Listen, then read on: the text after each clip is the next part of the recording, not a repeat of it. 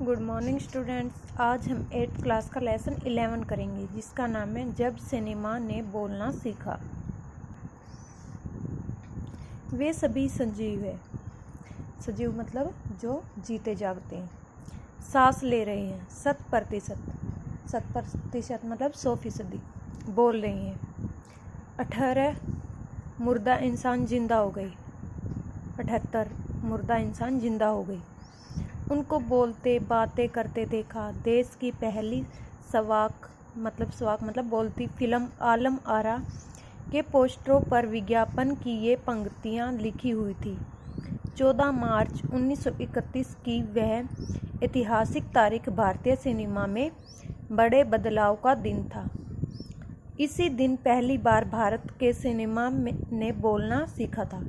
हालांकि वह दौर ऐसा था जब मुख गूंगी सिनेमा लोकप्रियता मतलब लोगों में प्रिय के शिखर चोटी पर था। पहली बोलती फिल्म जिस साल प्रदर्शित हुई मतलब दिखाई देना, उसी साल कई मुख फिल्में भी विभिन्न भाषाओं में बनी। मुख अभी बताया गूंगी, मगर बोलती फिल्मों का नया दौर शुरू हो गया था। पहली बोलती फिल्म आलम आरा बनाने वाले फिल्मकार थे आर्देशिर एम ईरानी।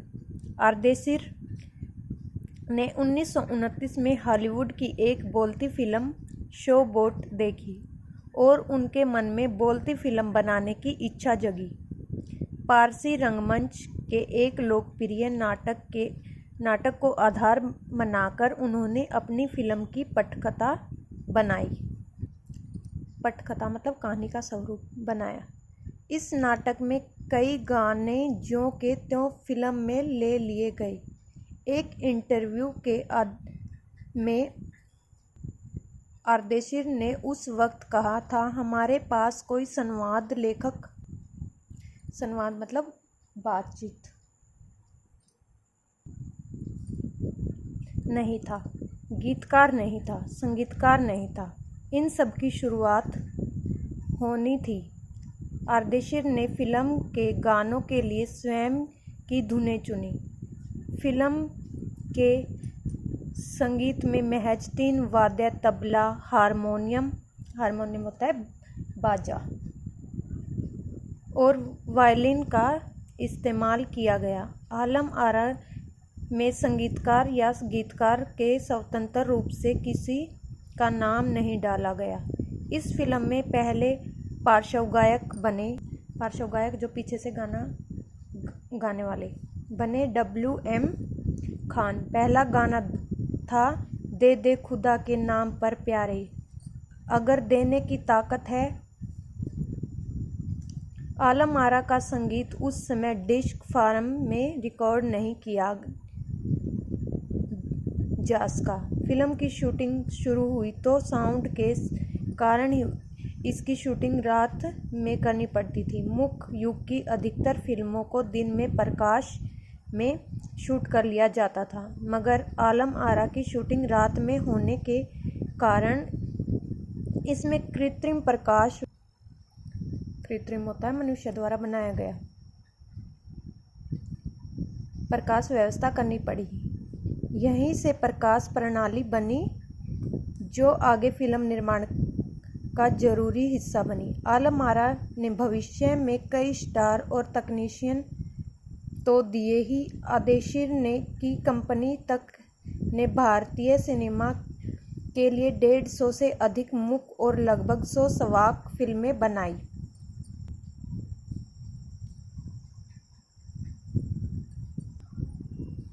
नायिका जुबेदा थी, नायक थे विठल। वे इस दौर के सर्वाधिक पारिश्रमिक मतलब जो काम के बदले धन मिलता है पाने वाले स्टार थे।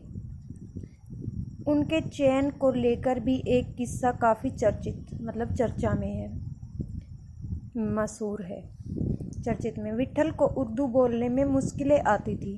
पहले उनका बतौर नायक चयन किया गया, मगर इसी कमी के कारण उन्हें हटाकर उनकी जगह महबूब को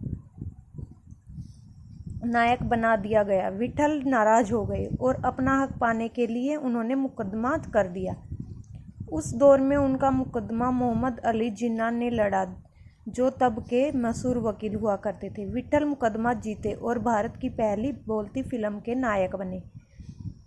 उनकी कामयाबी आगे भी जारी रही। मराठी और हिंदी फिल्मों में वे लंबे समय तक नायक और स्टंटमैन, मतलब जो करतब दिखाते हैं, के रूप में सक्रिय रहे, निरंतर काम करते रहे। इसके अलावा आलम आरा ने सोहराब मोदी, पृथ्वीराज कपूर, याकूब और जगदीश सेठी जैसे अभिनेता भी मौजूद रहे, आगे चलकर जो फिल्मोद्योग के प्रमुख स्तंभ बने। यह फिल्म 14 मार्च 1931 को मुंबई में मजिस्ट्रेट सिनेमा में प्रदर्शित हुई। फिल्म 8 सप्ताह तक हाउसफुल चली और भीड़ इतनी उमड़ती थी कि पुलिस के लिए नियंत्रण करना मुश्किल हो जाया करता था। समीक्षकों ने इसे भड़कीली फैंटेसी फिल्म करार दिया गया, मगर दर्शकों के लिए यह फिल्म एक अनोखा अनुभव थी। यह फिल्म 10,000 फुट लंबी थी और इसे 4 महीनों की कड़ी मेहनत से तैयार किया गया था। सवाक फिल्मों के लिए पौराणिक कथाओं, पारसी रंगमंच के नाटकों, अरबी प्रेम कथाओं को विषय के रूप में चुना गया। इनके अलावा कई सामाजिक विषयों वाली फिल्में भी बनी। ऐसी ही एक फिल्म थी खुदा की शान। इसमें एक किरदार महात्मा गांधी जैसा था। इसके कारण सवाक सिनेमा को ब्रिटिश प्रकाशकों की तीखी नज़र का सामना करना पड़ा। सवाक सिनेमा के नए दौर की शुरुआत कराने वाले निर्माता निर्देशक आदेशिर इतने विनम्र थे कि जब 1956 में आलम आरा के प्रदर्शन के 25 वर्ष पूरे होने पर उन्हें सम्मानित किया गया और उन्हें भारतीय सवाक फिल्मों का पिता कहा गया, तो उन्हें इस मौके पर कहा था, मुझे इतना बड़ा खिताब देने की ज़रूरत नहीं, मैंने तो देश के लिए अपने हिस्से का ज़रूरी योगदान दिया है। जब पहली बार सिनेमा ने बोलना सीख लिया, सिनेमा के काम करने के लिए पढ़े लिखे अभिनेता अभिनेत्रियों की ज़रूरत भी शुरू हुई, क्योंकि अब संवाद भी बोलने थे।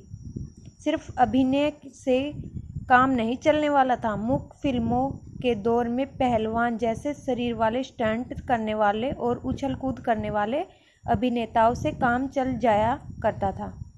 अब उन्हें संवाद बोलना था और गायन की प्रतिभा की कदर भी होने लगी थी। इसलिए आलम आरा के बाद आरंभिक सवाक दौर की फिल्मों में कई गायक अभिनेता बड़े पर्दे पर नजर आने लगे। हिंदी, उर्दू भाषाओं का महत्व बढ़ा। सिनेमा ने देह और तकनीक की भाषा की जगह जन प्रचलित बोलचाल की भाषाओं का दाखिला हुआ। सिनेमा ज़्यादा देसी हुआ। एक तरह की नई आज़ादी थी, जिससे आगे चलकर हमारे दैनिक रोज और सार्वजनिक सरकार जीवन का प्रतिबिंब फिल्मों में बेहतर होकर उभरना दिखाई देने लगा। अभिनेताओं अभिनेत्रियों की लोकप्रियता का असर उस दौर के दर्शकों पर भी खूब पड़ रहा था। माधुरी नाम की फिल्म में नायिका सुलोचना की हेयर स्टाइल उस दौर में औरतों में लोकप्रिय थी। औरतें अपनी केस सजा उसी तरह कर रही थी। आर्देशिर ईरानी की फिल्मों में भारतीय के अलावा ईरानी कलाकारों ने भी अभिनय किया था। स्वयं आलम आरा भारत के अलावा श्रीलंका, बर्मा और पश्चिम एशिया में पसंद की गई। भारतीय सिनेमा के जनक फाल्के को संवाक सिनेमा की जनक आर्देशिर ईरानी की उपलब्धि को अपनाना ही था, क्योंकि वहाँ से सिनेमा का एक नया युग शुरू हो गया था। Thank you students. आपको ये लेसन अच्छे से रीड करना है और लेसन 10 के क्वेश्चन आंसर अपनी फेयर नोटबुक में नोट करने हैं। 9 के